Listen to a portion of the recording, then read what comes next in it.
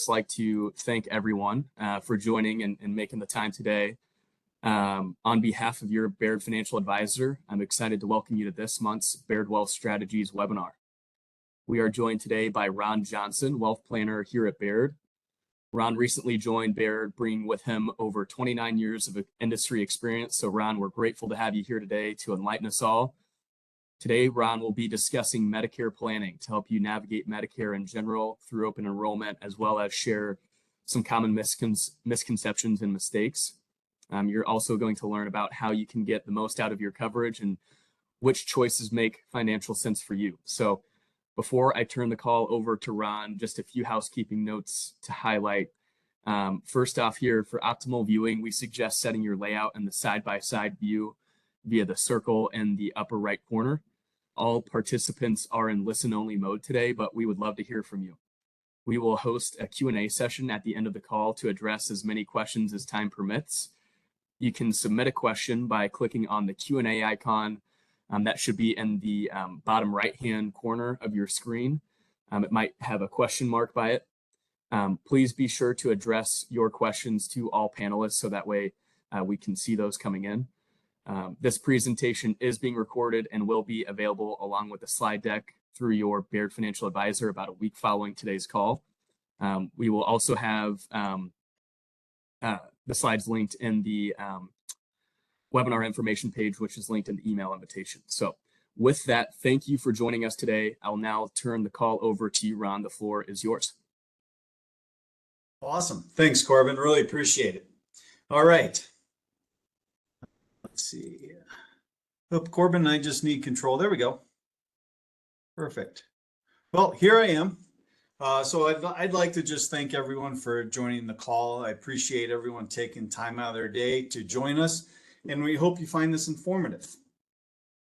It's my understanding that the majority of you, or a lot of you on this call, are 63 or 64 years old. You're staring Medicare, staring it down a little bit. You're right in front of the cusp of having to do something about it. And we're also keenly aware that the health insurance companies also know you are 63 and 64 years old. So therefore, it is our understanding that this is the current state of your mailbox, which only serves to confuse the matter even a little bit more about a program that maybe you don't completely understand, you have a lot of questions on.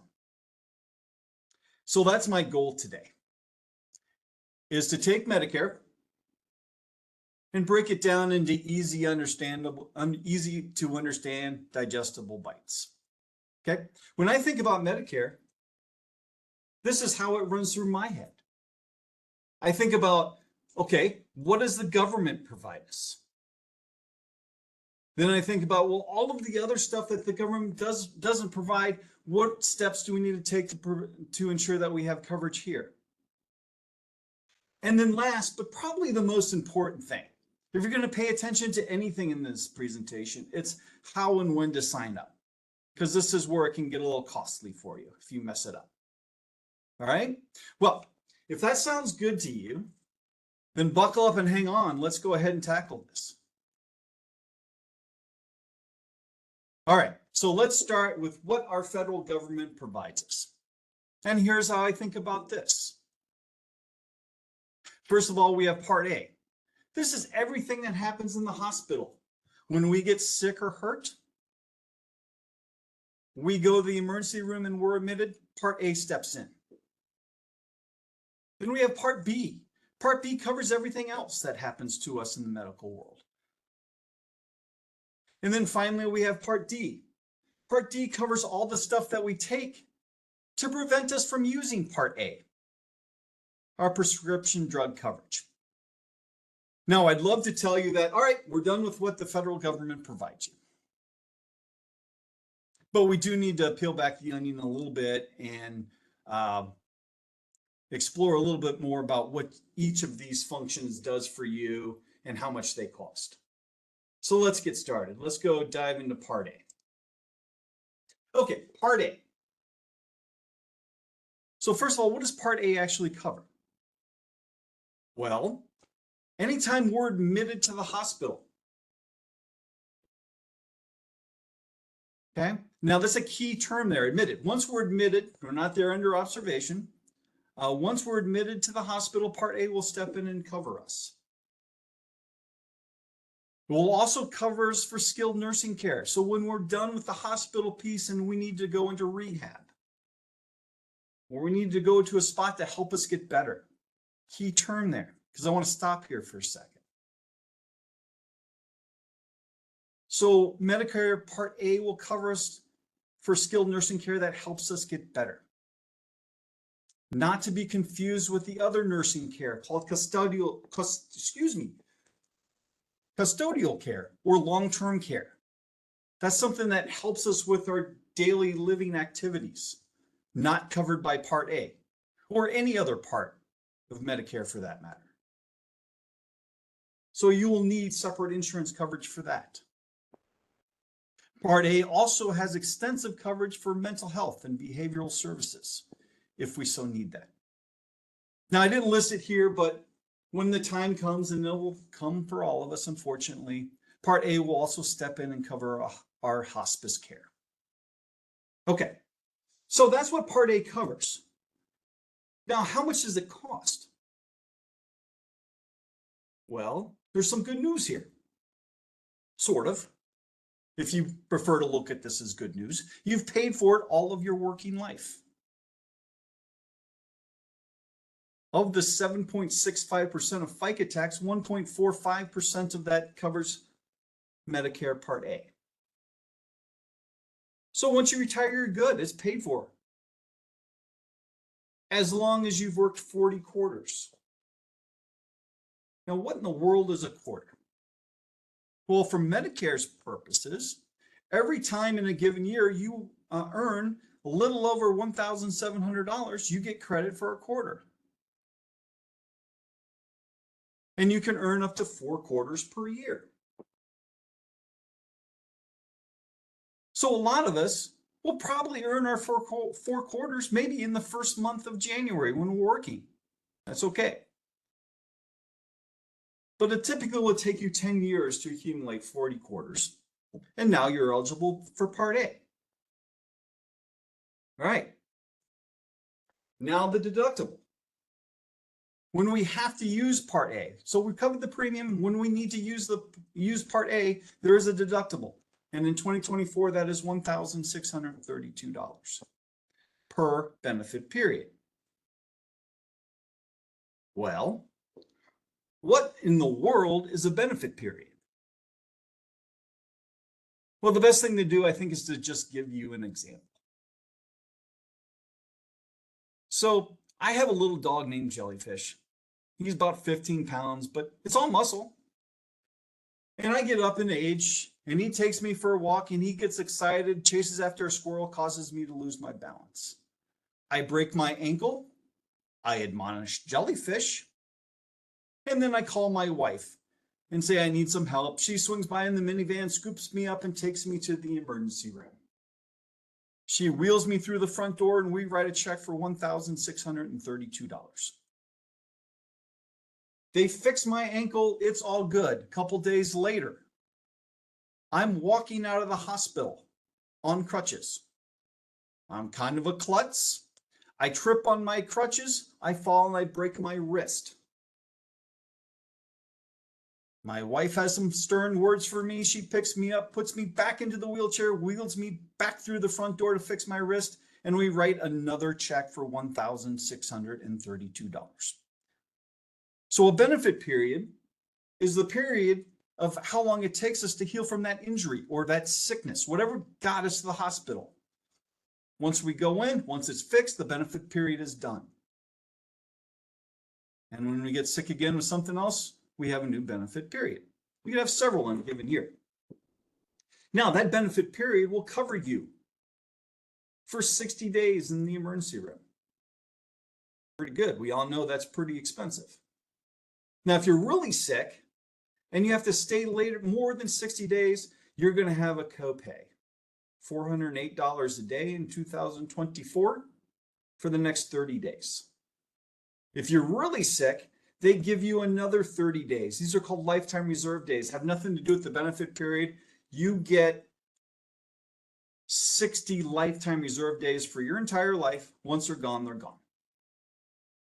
And the co-insurance payment doubles in that period. After that, our coverage is over. Excuse me.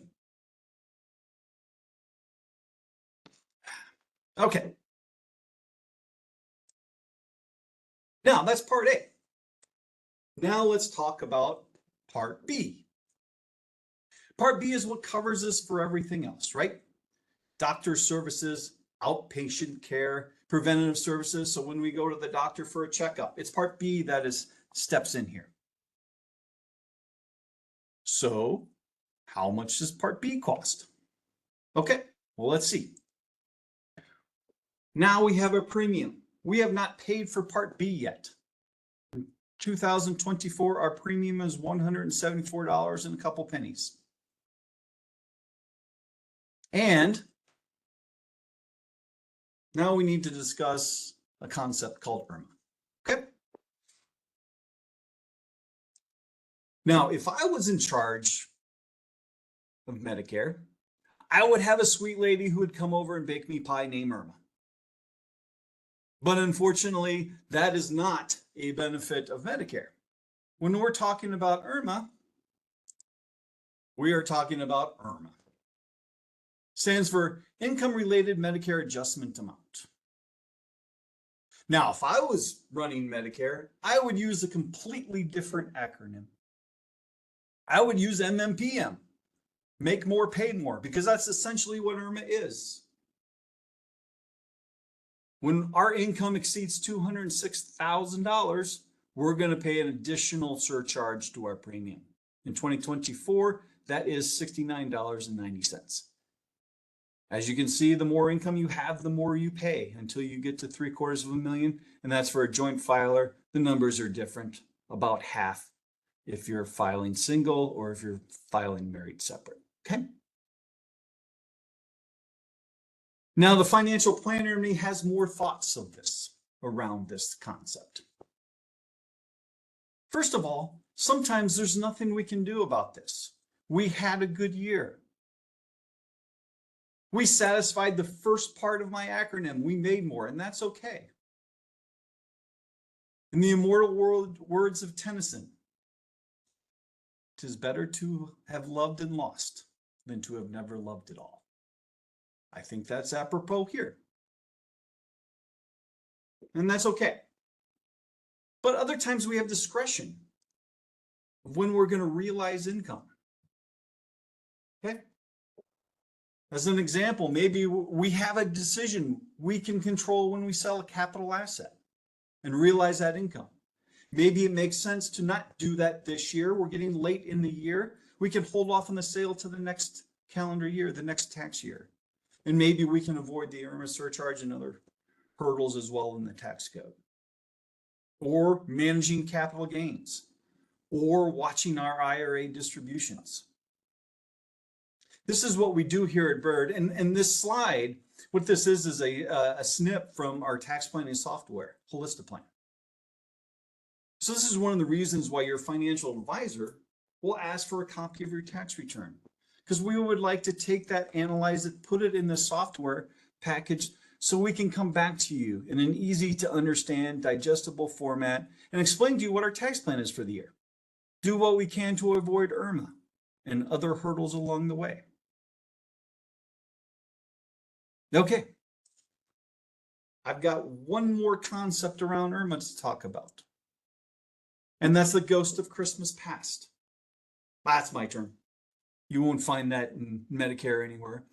But what happens is what we did 2 years ago is what impacts our premiums today. The ghost of Christmas past. It's a 2-year look back. Now you're probably telling yourself, well, 2 years ago I was working. I was 63. I was doing well. Earning $270,000, $280,000 a year. Now I'm retired. I don't earn that anymore. Well, life changes. And we have one more arrow in our quiver. We can appeal it.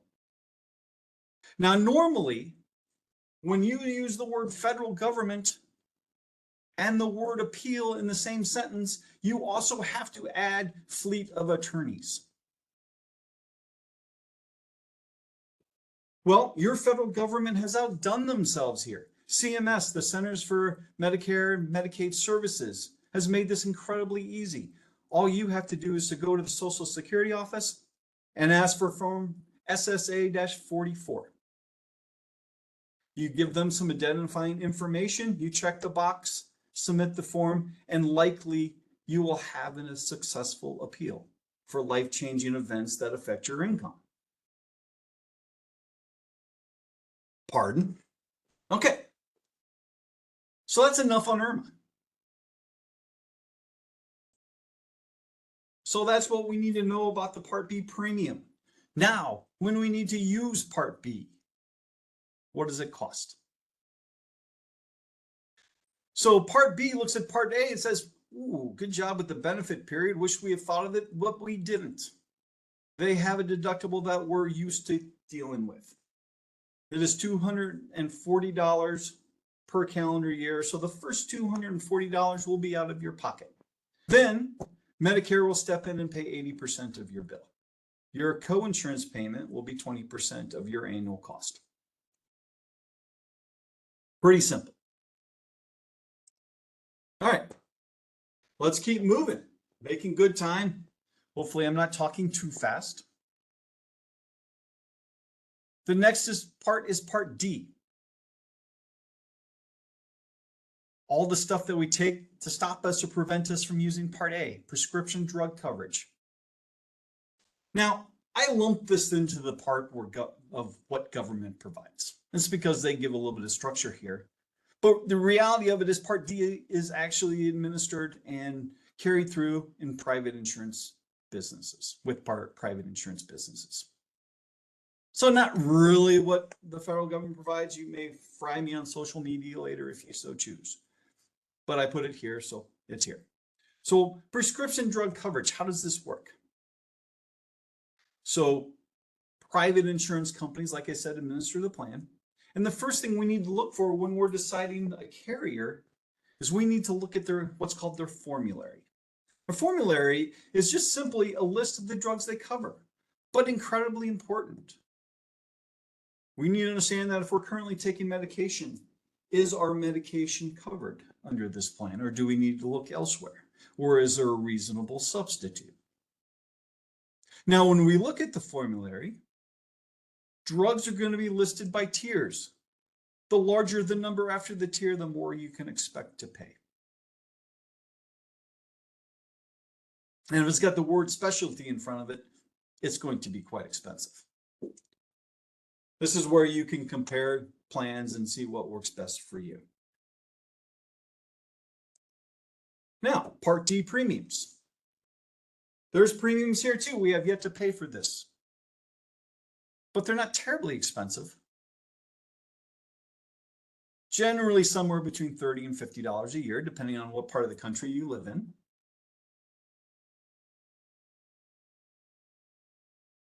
And IRMA's back. And still no pie. But we're going to pay additional premium here as well. So if you qualified for IRMA for Part B, IRMA will apply here on Part D too. Although that's not terrible. It starts at $12.90 a month. Not terrible. But no, it's there. All right. So how does Part D work when we need to use it? Well, there are 4 phases here. We have our deductible period, our initial coverage period, the coverage gap, also called a donut hole, and catastrophic coverage. So let's break apart each one of these so we can understand what they do. Now, the deductible period is pretty simple. It's a deductible. So the first $400 or $500 or so, $300 will be out of your pocket as we pay for the drugs. That's our deductible. In 2024, it can't exceed $545. So the cap there, but pretty simple.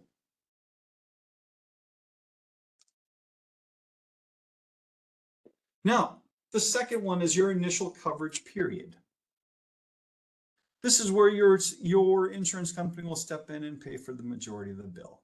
Generally, you'll have a co-insurance payment or a copay when you use it. Varies per insurance company. Now, this phase ends when your total expenditure reaches a certain dollar figure. Depends on the plan. In 2024, it can't exceed $5,030. So once you've hit that, for sure, you will exit the initial coverage period. Pardon me for a minute. And you will move on to the coverage gap. The infamous donut hole. Now, it used to be called, well, it still is kind of called the donut hole, but the reason it was called the donut hole originally is because it kind of made sense, because here you paid for everything. Once you stepped into the coverage gap, it was truly a coverage gap. All expenses came out of your pocket. Well, with the CARES Act, 2020, I believe it's the CARES Act, Congress closed the donut hole, meaning that, good news for you, you no longer have to pay all the costs associated with your prescription drugs in the coverage gap. Typically, you will have a co-insurance payment of 25%. Your insurance company will cover the rest. So no longer really a donut hole. Maybe a donut with the jelly in there. Okay, now you will stay in this phase until you have paid about $8,000 out of your pocket for the year. Okay, now it's not total cost, it's what you have paid. Once you hit $8,000, you are out of the donut hole, that's not whole anymore, and into the catastrophic phase. This is where your insurance company at this point has said, you've had enough and we will cover the rest for the year. Essentially an out-of-pocket maximum. Okay, that is part D. And that wraps up what our federal government provides to you. So there's the first part. Now let's move on. So we learned in the first part that there's a lot of stuff that Medicare itself does not cover. Co-insurance, co-payments, deductibles, all of that. So you now need to purchase a supplemental policy of some sort to cover what Medicare does not. And there's two directions you can go. You can go Medicare Advantage, commonly called Part C, another letter, but don't let it confuse you. Or a Medicare Supplement, commonly called Medigap coverage, also called Original Medicare, but Medigap is a common word here. So let's take a moment, compare and contrast the two so we can understand the difference. And let's start with Medicare Advantage. All right, so what is Medicare Advantage? Excuse me. Okay, so what Medicare Advantage does is it takes parts A, B, and usually D, depending on your plan, and combines them into one managed care healthcare policy. Now, this is actually what we're used to dealing with while we were working. An HMO, a PPO, something like that, where we have a network of doctors that we need to operate in. So that's the first thing that we need to think about, is Medicare Advantage operates within a network. We need to understand, are our doctors in that particular plan's network? I live in Wisconsin. In Wisconsin, we love to snowbird in the winter. Head south. It's warm. You need to make sure that your network covers you if you're going to spend 4 or 5 months down in Florida or Arizona. If you live in the south, maybe you come up north for the summer. I would highly recommend it. It's very nice up here. Used to live in Kansas City. It's hot. So if you come up here for the summer, same thing. Make sure your Medicare, you have a network up here. Otherwise, it will get expensive for you. But good news, the industry has continually consolidated over the years. So the networks have gotten much bigger. So it's probably likely that your Medicare Advantage plan will cover you in different parts of the United States, but you need to check on it. Additionally, Medicare Advantage will offer additional services such as vision plans, dental plans. They very much put an emphasis on preventative care, staying healthy. So they will offer, gym memberships called silver sneaker programs. Now I'm getting up in age. I don't particularly like the term silver sneakers, but that's what they call them. Okay, so that's Medicare Advantage. Oh, one more point here. Managed healthcare. That means when you're sitting at the table with the doctor, there is also a representative from the insurance company sitting there too, figuratively. They will have to approve what procedures you need. May not approve it. Okay? One of the downsides to managed healthcare. Now we compare this to original Medicare. Medigap. Medigap is a true supplement to Medicare.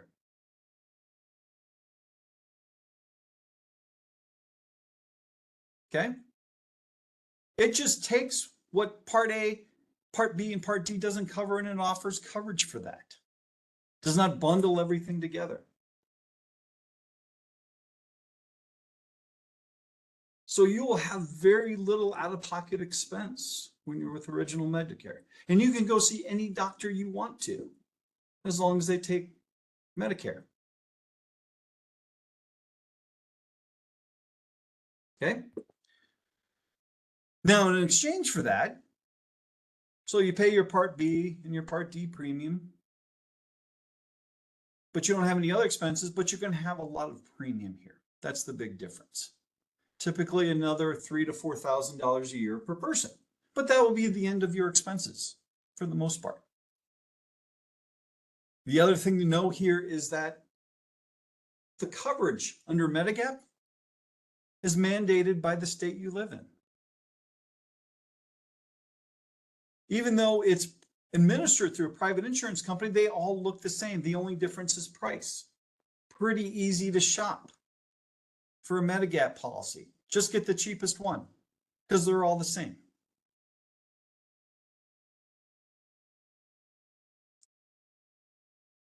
Like I said, Medigap will cover all your co-payments, co-insurance, deductibles in Part A, B, and D. Pretty nice.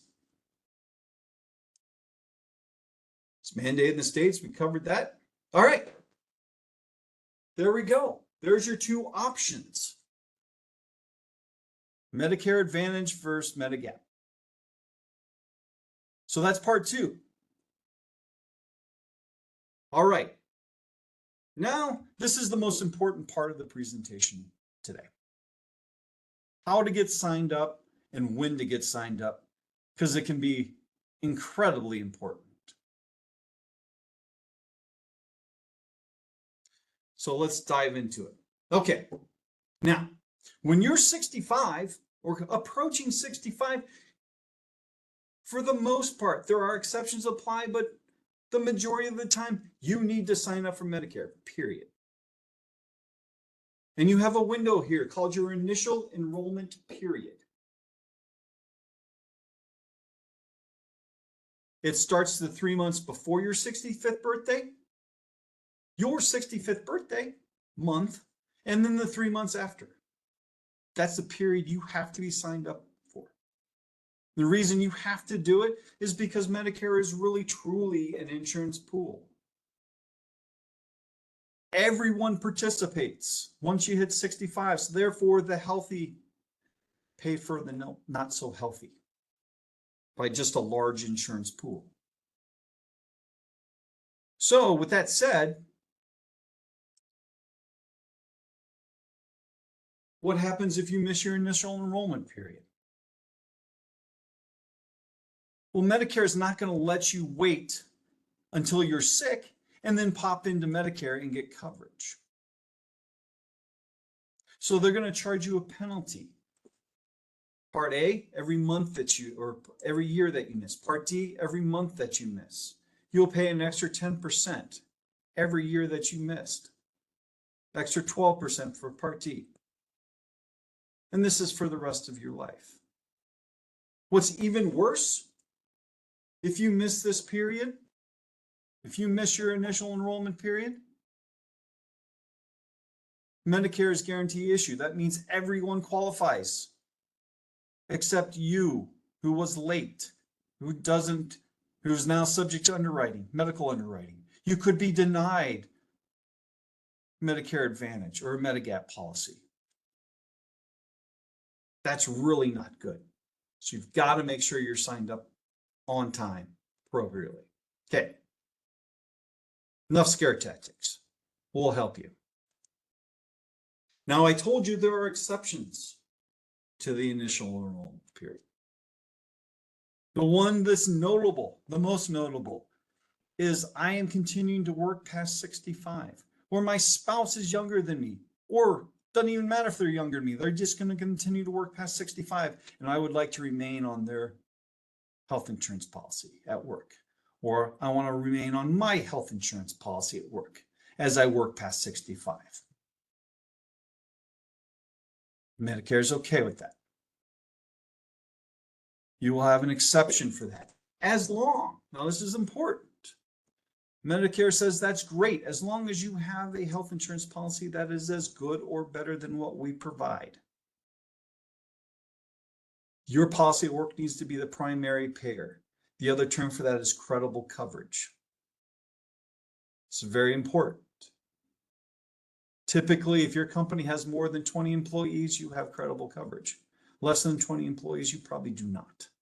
You need to sign up for Medicare at age 65.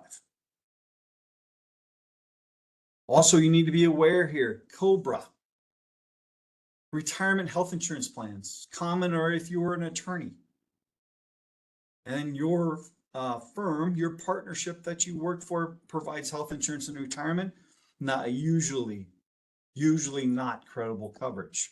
You should get Medicare. Okay?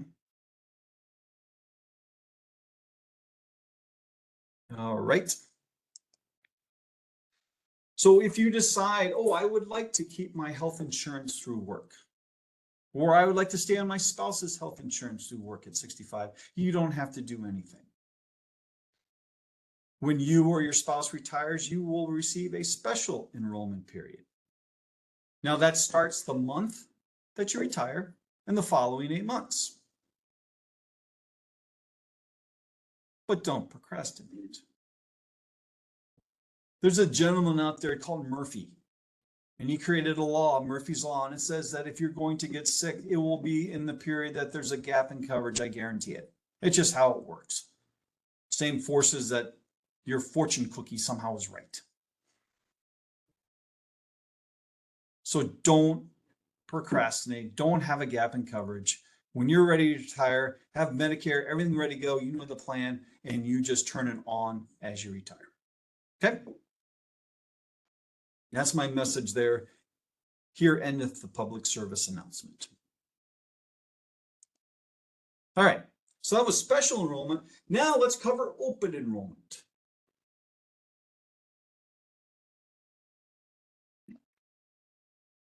Open enrollment happens every year. In fact, that's why we're having this call right now, because it's appropriate, it's timely. Open enrollment's going to start here in a couple weeks. October 15th. So what in the world is it? Well, this is for folks that are currently on Medicare. And CMS has stated that your insurance company has an opportunity, the chance every year to change their coverage. They can change the doctors in your network. They can change what they cover. They can change the formulary. That's a list of prescription drugs. They can change all of that to make it an appropriate business function for them. In return, you get a chance to move. So every year in open enrollment, this is a time for you to review the changes that your Medicare Advantage plan or your Part D plan are proposing. and decide if it's still appropriate for you or if you want to switch. And you can just simply switch plans. There is no medical underwriting at all if you're going from Advantage plan to Advantage plan in the open enrollment period. You can even switch from Advantage to Medigap coverage.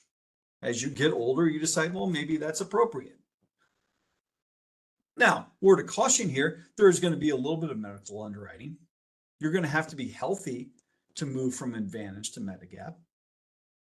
They're not going to let you pay lower premiums when you're healthy and then step into Medigap when you get sick. You're going to have to be healthy when you move to Medigap, but you certainly can do that in open enrollment, or you can move the other way. You can go from Medigap down to Medicare Advantage if you want to. I shouldn't use the word down. Let's just go across.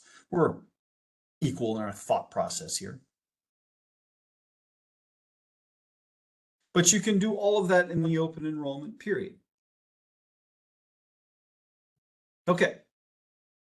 So I covered this. This is what it does. This is what changes you can make. And this is when it is.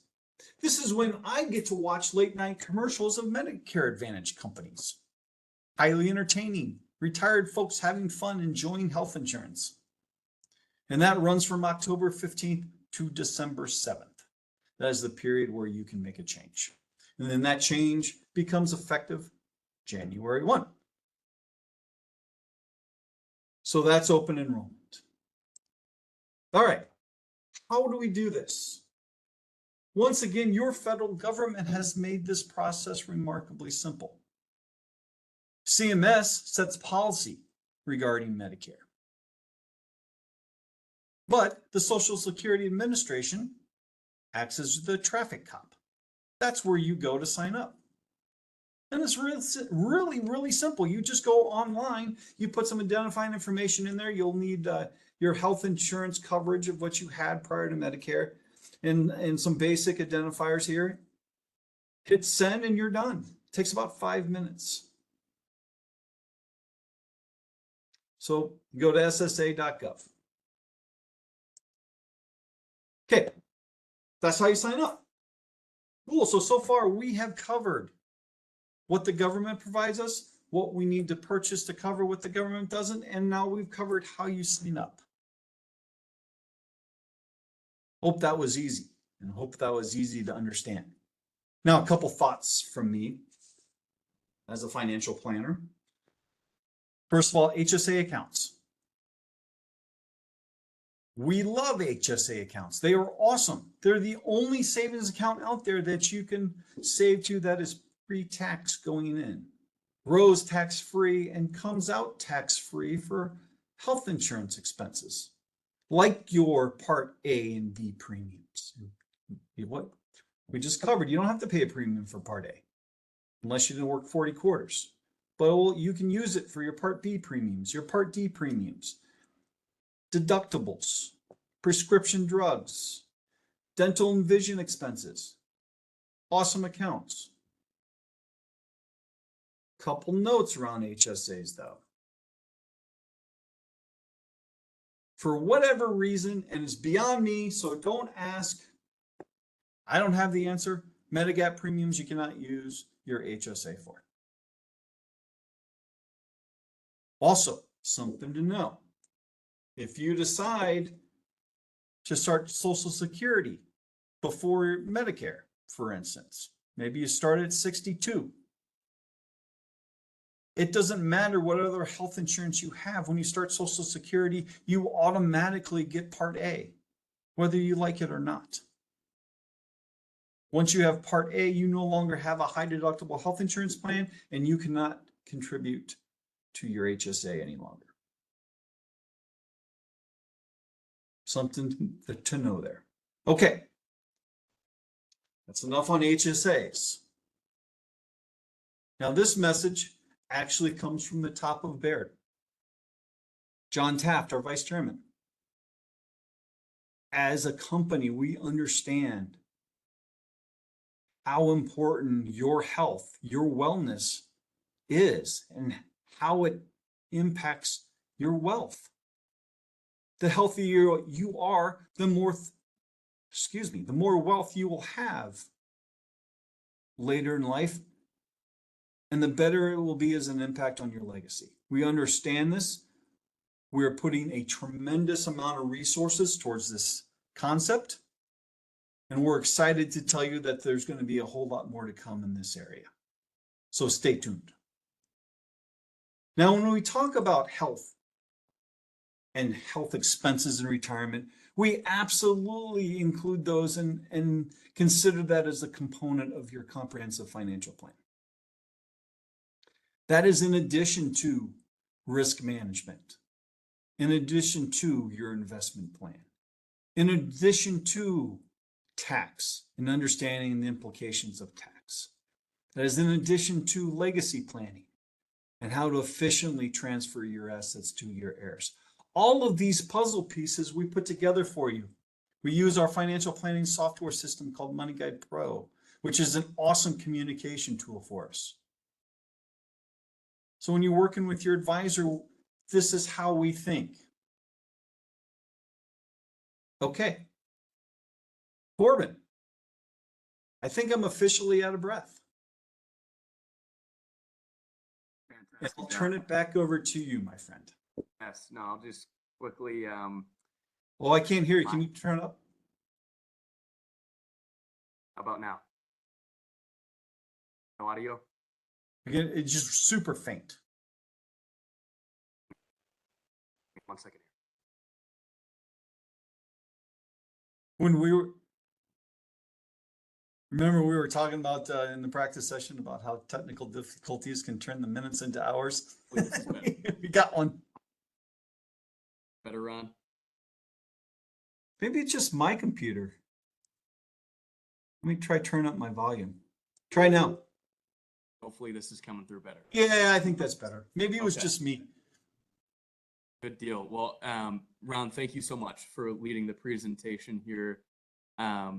Just wanted to remind folks that if you would like to ask a question, we're going to kick off the Q&A portion of today's presentation, and you can ask those questions via the Q&A icon on the bottom right-hand corner of your screen. Please just be sure to address those questions to all panelists. So I did see, Ron, we had a few coming in throughout the presentation, so I might go ahead and toss some of these your way.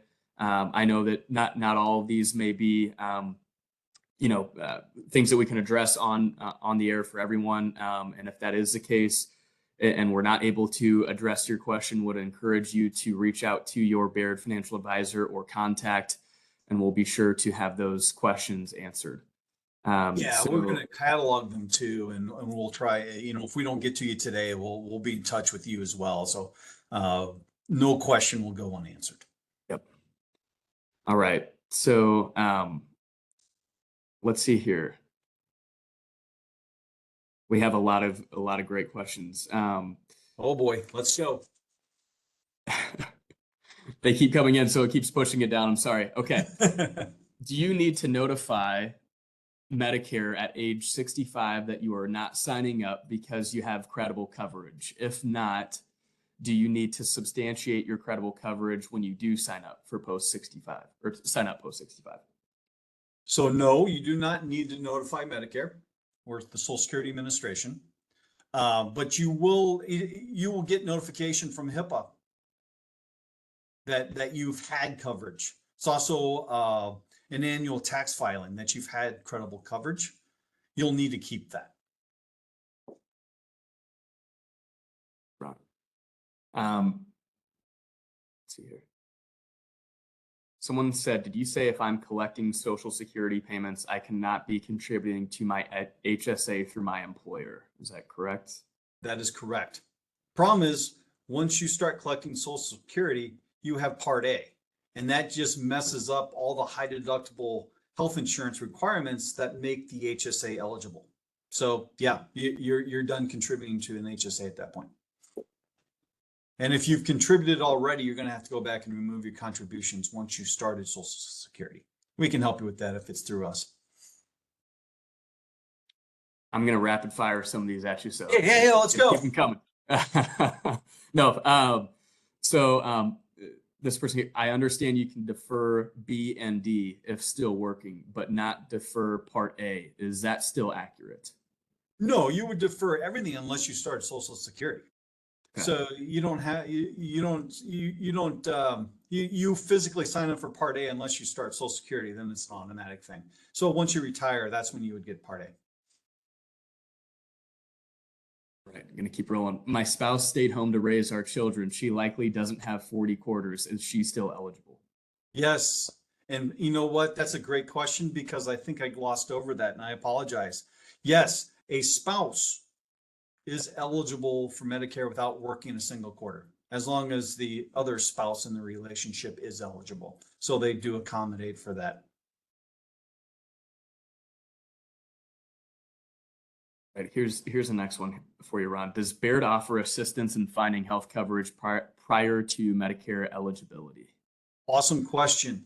So even prior to Medicare eligibility, we have several partners that can place you in pre-retire or pre-65 health insurance in the either in the private market or the federal government's the open market under the Affordable Care Act. So options there as well. Yeah, we do have resources. We can answer your high level questions and then we can get you to the right spot to make sure it gets implemented appropriately. So contact your financial advisor.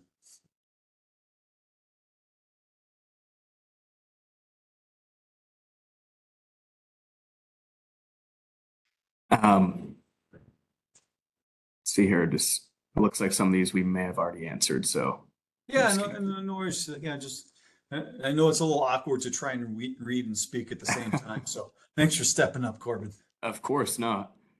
All right. And while you're searching through those, remember, we're going to keep a list of all the questions. If we don't get to them today, we'll absolutely be in touch. Maybe here, Ron, can you give an example of when the initial sign up period would start for an August 23rd, 2025 birthday? Yeah. So it's going to be 3 months before your 65th birthday. So if it's August, it's going to be, let's see, I gotta think about this. So it'll be, I gotta think of months backwards now. So before August would be July, June, and then May. So that's when your initial enrollment period would start for you, would be May of 2025. And then you can go ahead and get signed up as early as May, and you can go as late as September, October, November. So you would have until November 2025 to get your Medicare in place. Are there some broad guidelines for one to consider if they should go the Medicare Advantage or Medigap route?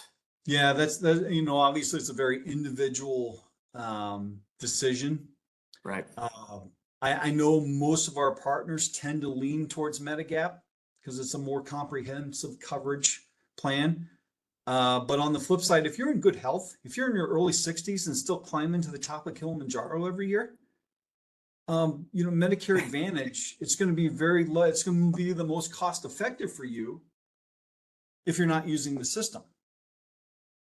But typically Medigap is probably a little better for you if you're using the system a lot. That's kind of the way I think about it. So I hope that answers that question. Okay. Let me know if we already answered this, Ron. I think so. Can you get Medicare 1 month before your 65th birthday if you sign up 3 months ahead of time? So would it like kick in? Yeah, so the first step when you're signing up, first of all, is to get Part A, B, and go ahead and, well, actually just Part A and B. So you go ahead and sign up for that. And then, really to answer that question, Corbin, I would tell you that I would just start doing your research probably 3 or 4 months before your initial enrollment period starts. Work with one of our partners, and then they can give you the nuance of when we can hit the go button. I'm not exactly sure that nuance, so I would have to punt to our partners. Okay. But I would certainly start doing my research and understand exactly where I want to go. and then work with one of our healthcare partners, and that would get that question answered. Okay. Thanks, Ron. I'll give a quick plug. I see a number of questions here asking for a copy of the PowerPoint slides. Those will be available. We just need to get that approved here after the presentation and posted to our website, and you can obtain those through your Baird financial advisor or contact. So if you have a Baird FA or contact that you're working with, they'll be able to provide those slides to you. Ron, here's another one. How do HSA deposits work when one spouse is on Social Security and the other is not? So if one spouse is on Social Security, that means they now have Part A, right? So that means you're no longer eligible for the family contribution. I believe it's a little over $7,000. It's going to be roughly half of that for you now. Here's going to be individual coverage or individual eligibility at that point. So right around 3,500 plus a catch-up contribution. I can't remember the exact limit on the HSA off the top of my head, Corbin, but it's right in that ballpark. Okay. No, that's perfect.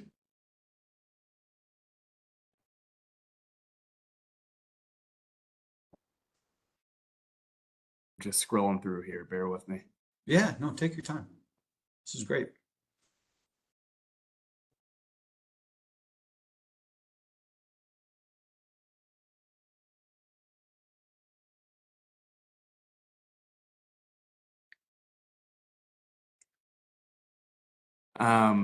Let's see. Okay. They said, this one says, hi, I turn 65 next month and have insurance through my employer. My wife, who is already on Medicare, wants to know if she can suspend Medicare next year and move to my private insurance. Is that possible? Ooh, I think at that point, I would just give refer that individual directly to one of our partners. And I don't know if you can hop off of Medicare. That's a good question. I've never had that one before. But if you could set that one aside, we'll get that answered for you.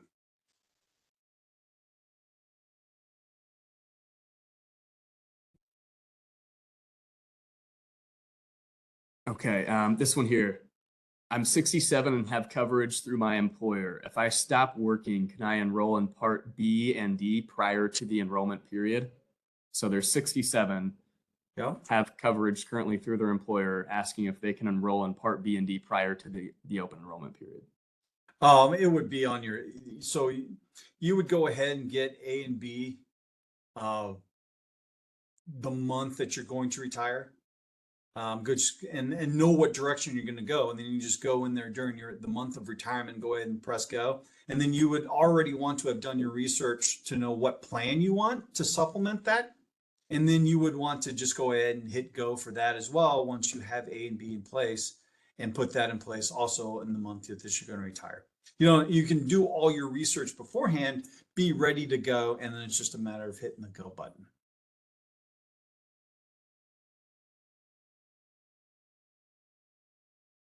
Right. Here's one. One of the reasons someone might choose an Advantage plan over a supplement is for some of the ancillary benefits like dental or vision. Is there a tool out there that can help provide a range of costs for Advantage plans with dental? Yeah, and that's going to vary. Well, I don't know about a tool where you can go online. I mean, different health insurance agents may have different tools out there, but I always suggest when it's time to compare and contrast the different options out there, because there's so many nuances of what different plans offer. I would go to an independent agent and let them give you some options of what they like. Now, I would tell you, I wouldn't focus solely on dental because the coverage there's not going to probably be awesome. There might be other things that might be more important there. Certainly dental could be one of them.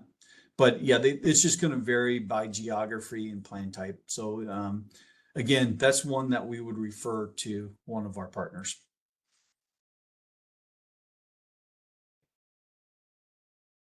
All right, I might toss you just one more here. Okay. And then some of these that we haven't got to, we can follow up afterwards. So yeah, I assume your income is based from your tax filing. what happens if you delay filing every year because of getting late K-1s? Yeah, well, first of all, great question, because I forgot to mention what we're talking about income. Income is an incredibly vague term in the tax lexicon. So what we're talking about is, first of all, is adjusted gross income. So that's the total of all your income sources on your 1040, minus a couple of what are called above the line deductions, like IRA contributions, that kind of stuff. And then you're going to have to add back in your tax-free interest income. You're going to have to add that back into AGI. That's what makes it modified adjusted gross income, or MAGI. Now remember, it's a 2-year look back. So income that, or what we did on our tax return in 2022 is what's driving our premiums in 2024. My guess is that, yeah, there are delays in K-1s. That is very common, but we're talking months there, not years. So he will have his K-1s filed, or she will have her K-1s filed by the time IRMA looks at their income.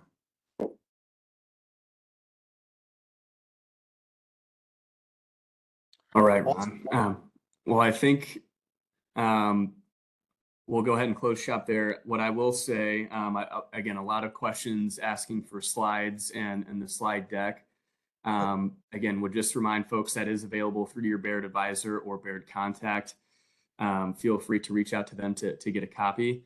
And with that, just want to say thanks to you, Ron, for your candor and comments today, and thanks to everyone on the line for your time. Really hope that you found this information impactful. For those of you who would like to review today's presentation with a friend, family member, or colleague, the session has been recorded and will be made available approximately a week. Again, that recording and slide deck available through your Baird financial advisor or Baird contact. So with that, thanks again all. Have a great rest of your day. Ron, thank you for leading us today, and look forward to talking to you soon. Thanks so much to everyone who joined the call. Thanks, Corbin.